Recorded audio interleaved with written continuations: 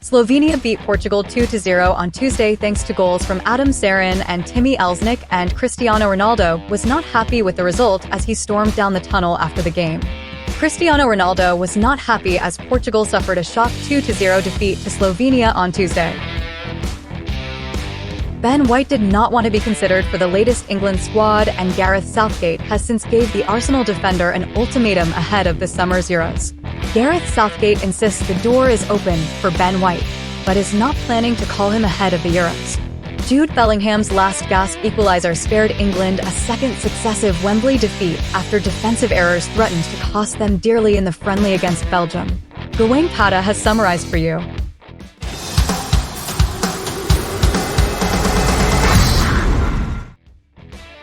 Angry Cristiano Ronaldo in furious exchange after shock defeat ends Portugal's unbeaten run. Slovenia beat Portugal 2-0 on Tuesday thanks to goals from Cerin and Timi. Elsnik and Cristiano Ronaldo was not happy with the result as he stormed down the tunnel after the game. Cristiano Ronaldo was not happy as Portugal suffered a shock 2-0 defeat to Slovenia on Tuesday. Goals from Cerin and Timi. Elsnik earned Slovenia a stunning win and handed Roberto Martinez his first defeat since taking charge of Portugal last year. Ronaldo missed Portugal's previous game against Sweden, having been given time off by Martinez to go on holiday. In his absence, Portugal beat Sweden 5-2 with his replacement Gonçalo Ramos among the goal scorers. Ronaldo did return to the starting lineup against Slovenia, but failed to make much of an impact. And the 39-year-old was seen storming off down the tunnel after the game while gesturing angrily. It comes after Portugal defender João Cancelo suggested Ronaldo was past his prime and that the national team does not depend entirely on him. Speaking to Portuguese radio station RTP, Cancelo said, "He is an important player and spent 15 years competing with Messi for the Ballon d'Or, but the peak of a footballer's career is between the ages of 25 and 32. He is an important player for us, but the national team does not depend entirely on him." This year's Euros are widely expected to be Ronaldo's last appearance at a major tournament for Portugal, having captained them to victory back in 2016. However, Frank Leboeuf, who won both the Euros and the World Cup with France, believes Portugal will only win the tournament for a second time this year if they drop Ronaldo. "For me, Portugal are actually one of the contenders for this summer's European Championships," Leboeuf told BetVictor. "I actually think they can win the Euros, but only if Cristiano Ronaldo doesn't play. You cannot take away anything that Ronaldo has done for football just because he has gone to retire in the Saudi League. I want to thank him for taking the sport to another level, but there is an end for everyone. He has every right to play in Saudi Arabia, although I'm not sure he needed even more money. It annoys me when I hear Cristiano Ronaldo saying that the Saudi Pro League is better than League One. Why do you think he chose to make that comment about League One rather than the Portuguese league? It's because Lionel Messi played in League One. I have lots of respect for him as a player, but come on, just shut up. It is unfair to League One." Gareth Southgate hands England ultimatum to Ben White and makes Euro 2024 admission. Ben White did not want to be considered for the latest England squad, and Gareth Southgate has since gave the Arsenal defender an ultimatum ahead of this summer's Euros. Gareth Southgate insists the door is open for Ben White, but is not planning to call him ahead of the Euros. Arsenal midfielder Declan Rice said he would talk to his teammate when he is back on club duty and hope to get White to change his mind.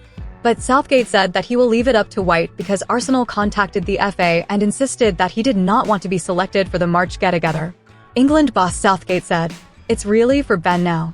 Dec is obviously in a difficult situation. You're asking him about a teammate, and he's going to be careful what he says. As I've said to you, the door is open for us. That's clearly difficult ahead of the Euros, where you've got players that have played all the way through, but we have no idea of knowing who's going to be available in that area of the pitch. I respected the situation as Arsenal have contacted us. So in the end, I know the conversation I had with him last March. I felt I should back away from it a little bit, but I've always left the door open. I was keen to bring him in this camp."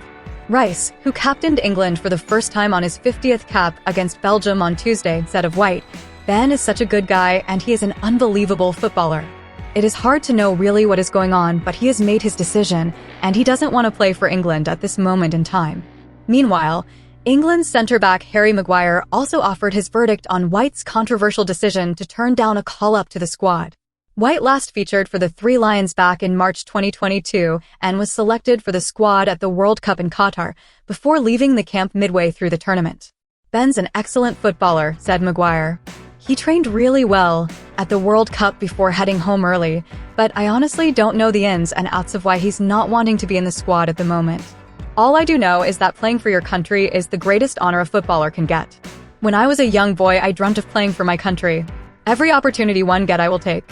Playing for my country means absolutely everything to me." After losing 1-0 against Brazil on Saturday, England scored a last-gasp equaliser to salvage a deserved draw against Belgium on Tuesday. Youri Tielemans scored twice for the Red Devils either side of an Ivan Toney equaliser, before Jude Bellingham struck his first Wembley goal in the 95th minute to earn a draw. Jude Bellingham's last-gasp equaliser spared England a second successive Wembley defeat after defensive errors threatened to cost them dearly in the friendly against Belgium.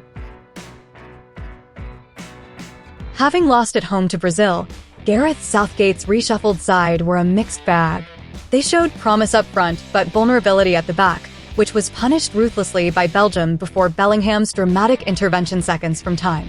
England goalkeeper Jordan Pickford made a rare error, his first to cost a goal in 60 international appearances, when his poor clearance led to Youri Tielemans putting Belgium ahead after 11 minutes.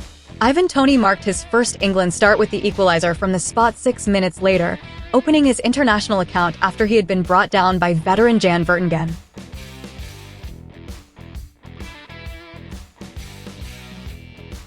Mainoo and Toney stake claims. Manchester United midfielder Mainoo may just have solved one of manager Southgate's big conundrums with a performance of maturity and quality on his first England start.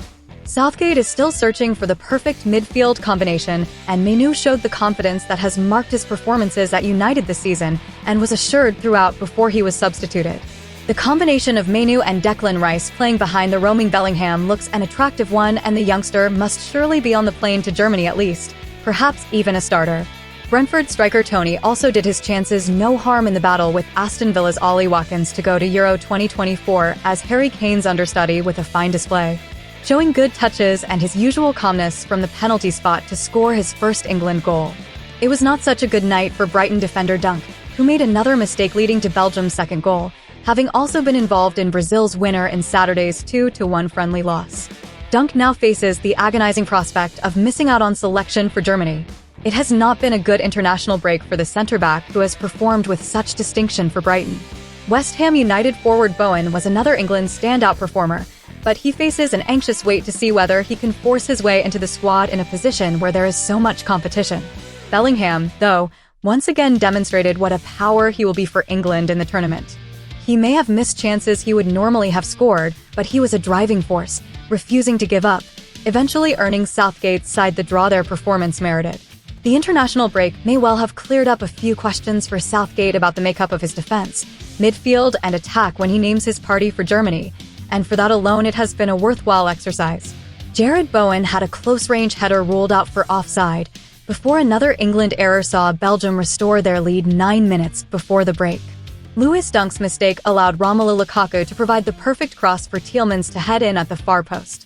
England, with 18-year-old Kobbie Mainoo making an excellent first England start, had chances of their own with Bellingham twice off target when he should have done better and Phil Foden driving across the face of goal when well placed. Belgium keeper Matt Sells saved well from Bowen before Bellingham made amends for his earlier misses when he drove home a low finish with virtually the last kick of the game to give England a deserved draw.